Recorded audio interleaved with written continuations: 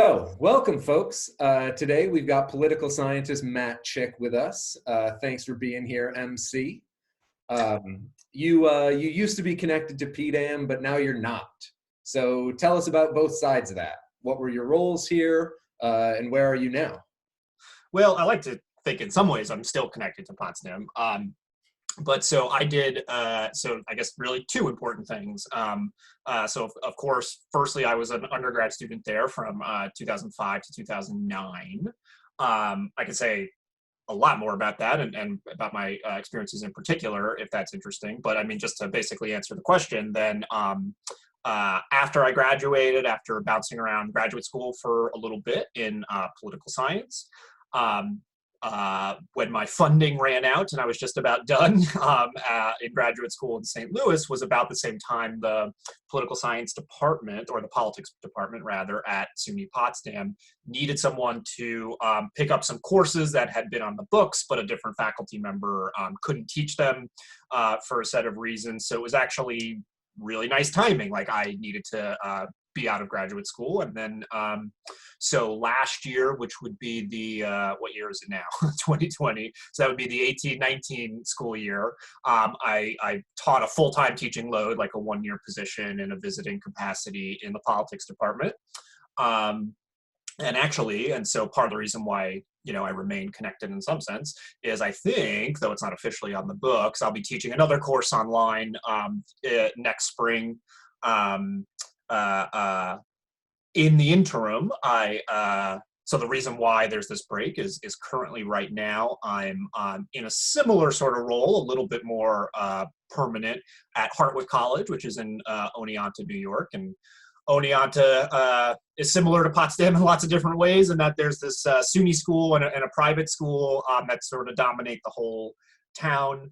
And it just, in this situation, I'm at the Hartwick, right, which is like the Clarkson of Potsdam.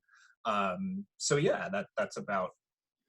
I think that Yes, answers to get the bullet points of the question. got the bullet points there, but you mentioned your time as an undergraduate here at Potsdam, and this will mostly be viewed by SUNY Potsdam undergraduates. So is there anything from your time as an undergraduate here you'd like to highlight, knowing that this is SUNY Potsdam undergraduates are going to be watching this? Yeah, I think it's weird because obviously you have so much going on when you are an undergrad. It's only with a little time afterwards that you can actually understand the things that were good for you in the moment. And some of this will be particular to me, but some of it won't, I think. Some will be a little bit more generally applicable. So I think I benefited from a couple of things at Potsdam in particular. So first of all, the part of my journey that might be interesting and may resonate with some people is that while I did not get into Crane right away, I came to SUNY Potsdam thinking I would at some point be a Crane student. I basically just decided a little too late in high school that I needed to prep for the audition track to get into, and probably like many Crane students know, or possible Crane students, I auditioned at Crane, Ithaca, and Fredonia. I got into Fredonia, music, but I didn't want to go there. I had some connections at Crane. I talked to people there that sort of made it seem like it was plausible. I could eventually work my way in. And so that's where I ended up. And through that first semester, indeed, I was sort of on that track. I was taking private lessons. I was in the ensemble, whose name I don't remember the orders of the ensembles, but it was sort of the one you could be in if you were, so there's the community band, but then there's also the more serious band that you could be in even if you weren't an official Crane student, that I played in and was taking some other sort of music adjacent classes. And, it just sort of occurred to me over the course of that semester that this was not going to be the right track for me anymore. And so now you're in the spot where, like, okay, so what do you do? Like, this is why I came to SUNY Potsdam to do this kind of thing. And so I briefly considered like transferring. Like I put out some feelers to like what that process would be like how easy was it to get into other SUNY school. Now I had all these SUNY credits. on top of that, like what would that look like? But in the meantime, I just started taking a bunch of stuff that seemed interesting.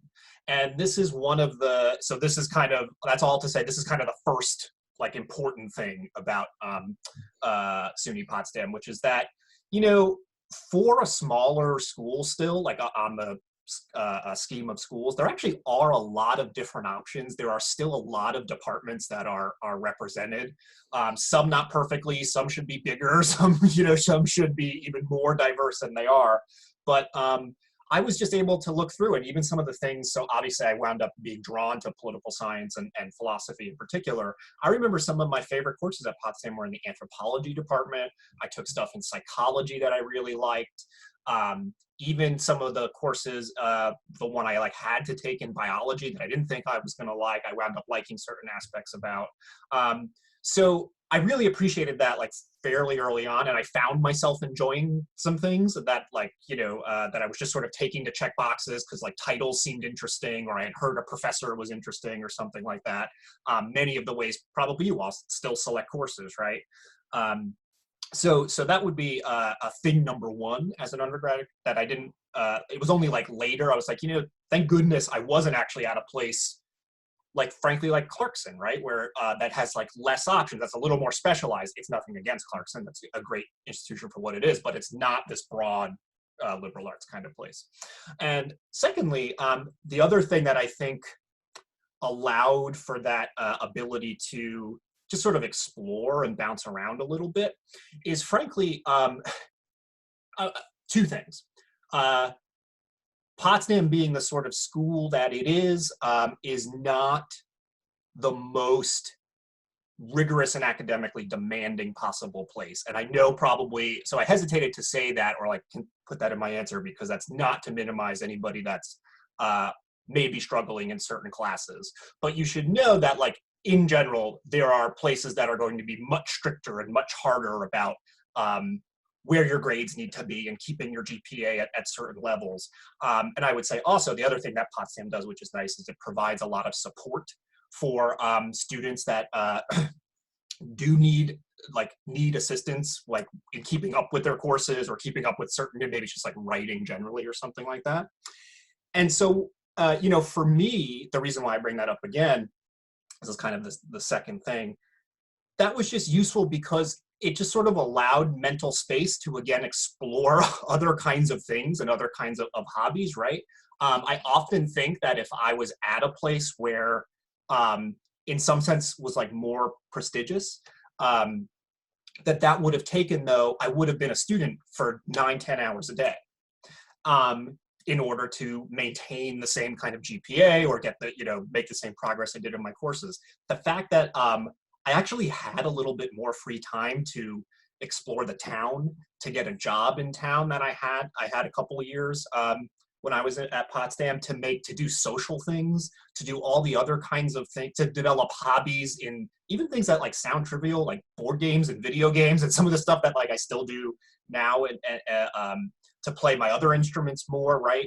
That was like really important to me to just sort of, like in just kind of growing up and becoming an adult, is to be able to have time and space to develop other interests that aren't just in school. And Potsdam definitely, like the environment, like allowed me to do that because, frankly, because I didn't have to be this 10-hour a day with a book open all the time kind of student. So those would be the two things I would say. Awesome, cool, yeah, and I think that hits really nicely again on this focus of SUNY Potsdam as a liberal arts institution, wanting to create students that are citizens, that are full, you know, full human beings here. So yeah, thanks for that. And this discussion of your time as an undergraduate here gets into our connection. So I'm being less formal with you because we've known each other for a long time. Long before working together. That said, we have worked together. We've published a paper together. We've given talks together around the U.S. We've written a bunch of stuff that's gotten rejected. Yeah. The failed paper list is longer than the others. But so how would you characterize the relationship between our work? What's allowed us to work together? What do you think might be missing from our stuff? Yeah, what are your thoughts there? Yeah, so I mean, for me, this is a little bit insider baseball-y, I think, but there are certain disciplines in academia that I think much more naturally lend themselves to collaboration than ours, which are essentially, I know, and you all might know even better than me, Professor Levine's PhD is in philosophy, but he now does much more stuff, and mine is in political science, but really I focus on political theory, so there's a little overlap there. Anyway, those two disciplines in general, you'll find, like if you guys want to ever do like a Google Scholar search or something, there are much less co-authored papers than there are in, say, like biology and public health and physics. The division of labor is such that it actually makes it kind of trying to share your voice with in political theory and philosophy. So I would say just that very first thing that made it easy for us to work together is because we did have that pre-existing personal relationship, right? Like we knew a bunch of stuff about each other. We basically trusted each other. We knew the places where there was like broad agreement and possibly some disagreement, right? I had no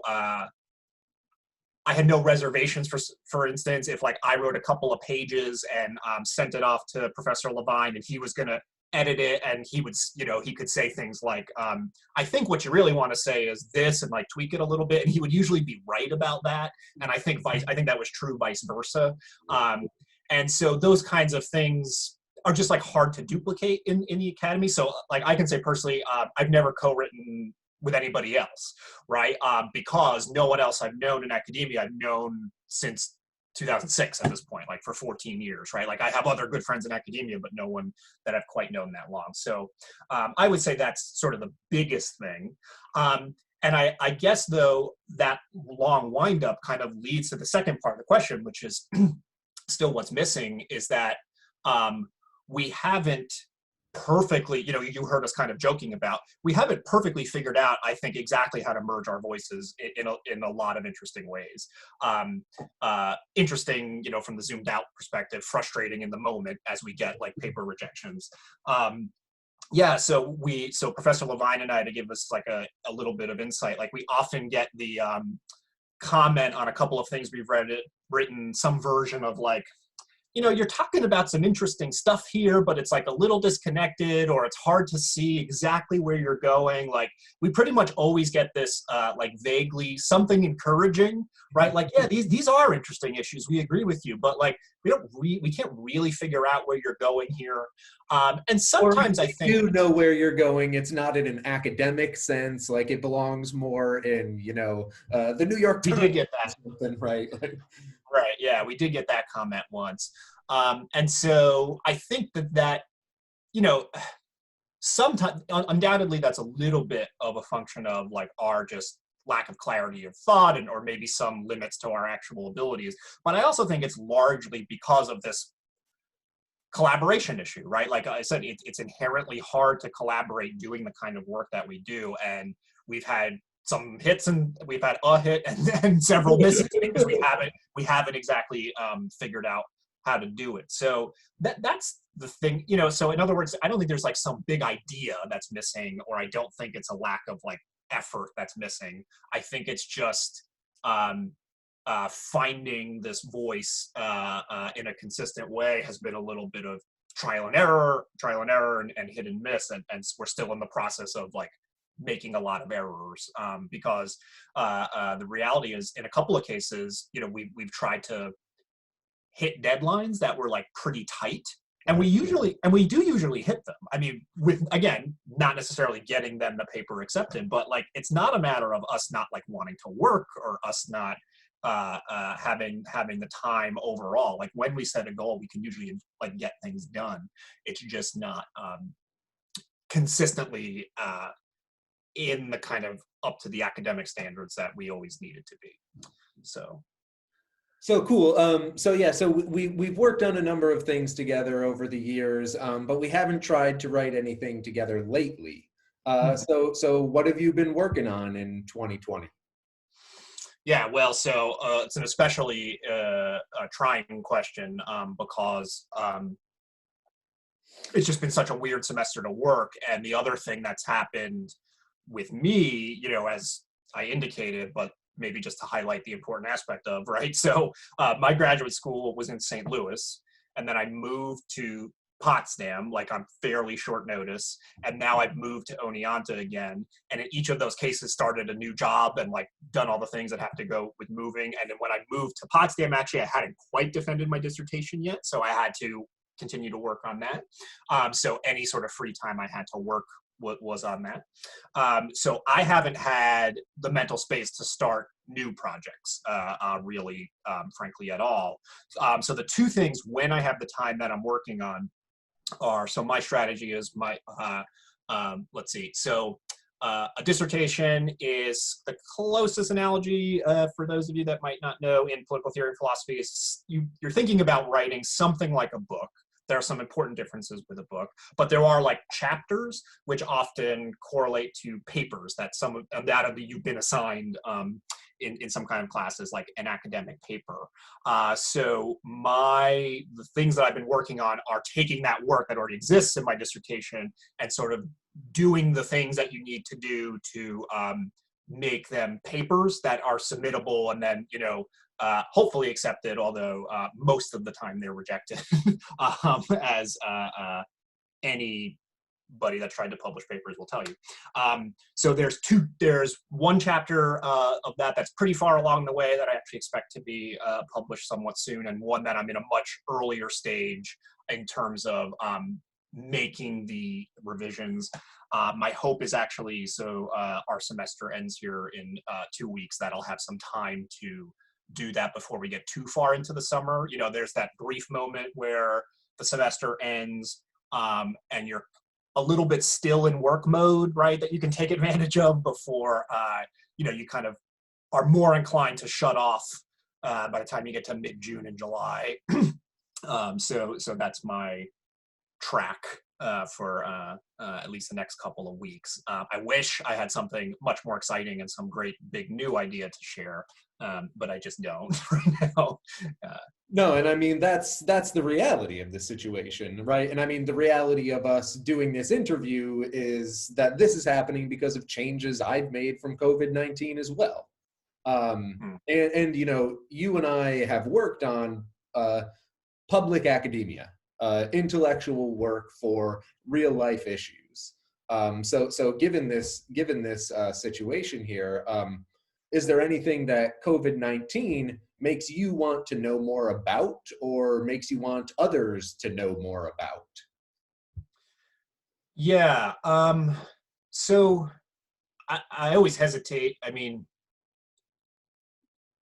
the people that I see in the news that I'm most frustrated with doesn't seem to be because they seem to have access to all the things they should know about, but there's some other thing going on where they refuse to accept it, right? So the people that are out sort of yelling at their governors at state houses and gathering in large places with no masks, right? It's not because they don't know, it's because there's something else going on that they don't believe. So I don't have a great answer for you on that one. I can just tell you some of the things that I've been thinking about personally, though, are the ways in which particularly public health experts think about and manage risk. And obviously that sounds like very generic, so let me try to be a little bit more specific. So, we entered this stay-at-home order, this fairly strict stay-at-home order here in New York, and I assume most of you all are from New York. Although the neighboring states too, Massachusetts and Vermont and New Jersey are under similarly strict stay-at-home orders fairly early, so that we're almost into month 2. And part of the reason we did so in March was because we had almost no information about, not nearly enough information, let's put it like that, not almost no, but not nearly enough information about disease spread, how many people were actually already sick, what the spread rate. We had very basic but not great ideas on what treatment would actually look like how long hospitals would need to house people, where the disease was, like were the spread rates different in different places. So the answer is kind of, when you don't know, you take the most extreme kind of measure, which is nobody go out for anything.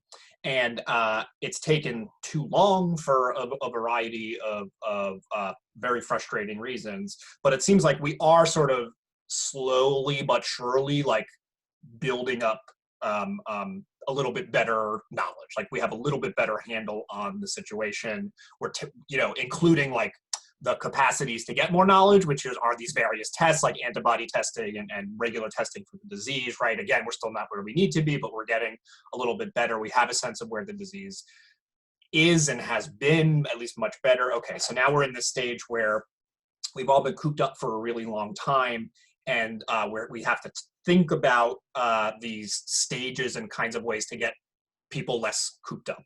So I started this by saying, like, risk factors. How do we think about risk? And I guess even more particularly, to use somewhat of a term of art, but I don't think you need to understand it as a term of art to completely get what I mean here. There's a difference between ideal theory and non-ideal theory. And so what I'm in particular thinking about here is, it seems to me reasonable that somebody might say, like, in an ideal world, we would keep this completely strict stay-at-home order for 2 more months or something like this, right? Or possibly much longer until there's actually a vaccine here. But we don't live in an ideal world. I mean, we know this for all kinds of reasons. I probably don't need to explain to you why we don't live in an ideal world. So what are the things that we can do in between to sort of manage and balance all these different kinds of risks, right? So the longer we go here, the more likely it seems that individuals are just going to start breaking this stay-at-home order, particularly if they keep it super strict.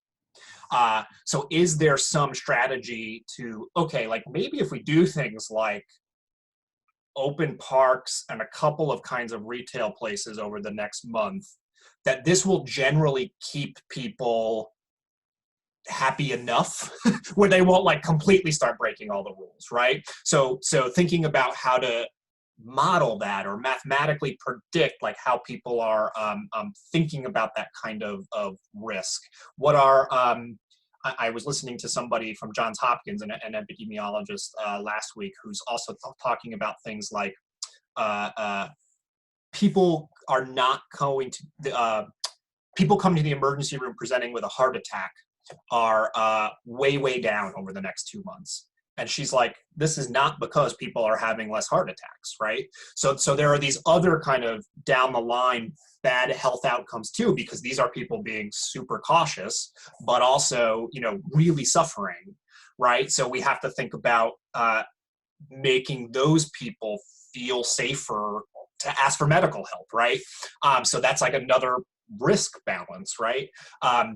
So all of these interesting things are weighing on me, and then are occurring to me in this academic sense, and so these are things that I want to know more about, like just factually. But then also it becomes really personal, right? Because motivated reasoning, I don't know if Professor Levine has talked with you about it. Motivated reasoning is like, when you really want something to be true, you sort of contort yourself into believing that this is a logical way to think. The confirmation bias. Yeah, right. Something like that, right? I really want this lockdown to be over, right? And I at least know that. And it's hard for me to separate for myself, like when I'm looking at these things as good news or not. I so desperately want them all to be good news, right? You want the best case scenario, we all do, and sort of being able to catch yourself. Am I personally not assessing this risk in the appropriate way, in a way that makes sense, because I don't want, I want it to seem less risky, right? So yeah, that's a long-winded way. The 2 bullet points are, I'm interested in I've become interested in thinking about this risk from this public health standpoint, plus, this kind of odd situation we're all in with your own sort of reasoning and desires and psychology is sort of layered on top of that. Just adds this other layer to how we should think about this stuff. No, cool, thanks. That's actually a really nice answer. We just recently talked about ideal and non-ideal theory, and Charles Mills is the racial contract, and Amartya Sen's the idea of justice. So that's really nice there. But talking about these stay-at-home orders and what we're doing in relation to social distancing personally gets to the next question really nicely. One of the things we've been talking about, me and my exploratory students, is lessons we've learned for how to make academic work happen during this time. So just wondering, what's the most important easy lesson you've learned during this stay-at-home order with respect to making life happen during this weird time? Yeah, I mean, I wish, so I think probably like many people you interview, I have plenty of students too, though not in this exploratory capacity, and I wish I had perfect advice to give them. I can tell you a couple of just things that have worked for me. So one thing, for instance, is I find a schedule, some kind of schedule still works when it's at all possible. So I still set an alarm in the morning. I don't have to be up anymore, right? I don't have to, most days I could get away to sleep until 10:30. I don't. I find just like getting up, even if I'm not super productive on a particular morning, just sort of being up and making that part of the routine is really important. There's this whole slim little volume that I recommend to not necessarily mostly undergrads, sometimes to undergrads writing like a senior thesis. That's called, I think it's just called How to Write a Lot. How to Write a Lot. And it's a book that basically says over and over again, the key is to make a schedule and set aside time to write. And so I think this is just good, generally applicable advice. Like when you want to accomplish a task, whatever that thing is, right? Why do those of you that play on a sports team, why do you have a schedule for practice? Why do Olympic athletes have really rigorous schedules for what they want to do? Those of you who play an instrument in crane, why does band meet at the same time you know what I mean? Like, this is how you make progress and get better at things. And that can be a really hard step, and particularly many people are not in ideal circumstances, right? Like I live alone, actually, right? So setting an alarm is kind of no big deal. Nobody comes in and out of my room. Nobody's going to come in through the back of this Zoom to mess up my schedule, right? I don't have little kids running around trying to bite. I have a good friend, actually we both have a good friend who is potty training right now of all his kids. So his kid literally shits on his lap during his like work Zoom meet. That messes up his schedule, right? But insofar as you can keep a schedule, I think that's really important. Also, just sort of a general mental space when it's possible for flexibility for yourself, making sure to still find enjoyment in things too. I think a lot of us experienced a feeling of loss with respect to a bunch of things we were looking forward to doing, right? A lot of people sort of set up their weeks and their days or even their lives centered around like, oh, I'm really looking forward to this concert, this sports game, or just the end, like graduation, right? Like the end of the semester, driving home, all these parties that you were going to go to that now are just, they're all gone, right? So setting up other kinds of things like that for yourself, even in a somewhat artificial way, like taking time to enjoy something. Like it's okay to play a video game for a couple of hours, or to take a nap once in a while in the middle of the day, or to, eat a big cheat meal or something, like whatever it is, like during these kinds of things to it's okay to just do some things to make you feel good in this period now, particularly when there's like way less of that that is ordinarily available to you. So I guess those would be the two big things, is try to keep a schedule when you can, particularly during those moments in these last couple of weeks when you have final exams and things like that. But then also being able to take half a step back and just also do something that's outside the schedule that you just like to do, whatever that is for you. So yeah, I know those are generic-y sorts of things, but I don't have a secret master idea. No, Otherwise, I would give it to you. I wouldn't keep it a secret. no, I think these things are helpful, and it's a difficult thing to figure out. It's why we've been having the conversations we've been having about these for as long as we have. But that brings us to the most important question. Carmelo Anthony, great pure scoring threat from anywhere on the floor, or the greatest pure scoring threat from anywhere on the floor in the history of basketball? No comment. However, I did talk to the former basketball coach at Hartwick University, Hartwick College, I should say, is named Nick Lambros. The arena is now named after him. Any of you that play on the basketball team may have played at Lambros Arena. I was on a call with him last night. He's now in his 70s or something. So he's down in Florida, has no idea how Zoom or his phone works. So his granddaughter's like telling him how to do the Zoom. He's very confused by the lockdown. He's just like super pissed he has to share a golf cart on the golf course because he's golfing every day. But so he's on here and he starts talking about he normally plays golf with Jim Boeheim. Oh, so really? That's why it's a related story. Yeah, he's very good friends with Jim Boeheim and claims to be able to kick his ass in golf. Nice. Right? So this is his claim. Like he says, he can beat Jim Boeheim by 15 strokes, like routinely. That's funny. That's my second Syracuse basketball story I've heard this week. We also have a faculty member at Potsdam who turns out is very good friends with Matt Gorman from the 2003 National Basketball Championship Syracuse Orange. So see, it's always about Syracuse basketball. It always comes back to it. Right. Yeah. All right. Well, thanks very much, MC. I really appreciate you taking the time to do this. And those of you out there listening, I will provide you Professor Chick's email address. Yeah, I was just going to say that's perfectly fine. Reach out to him because, again, he's a SUNY Potsdam alum. He's got lots of experience with a bunch of different disciplines. Great resource to have. Thanks again.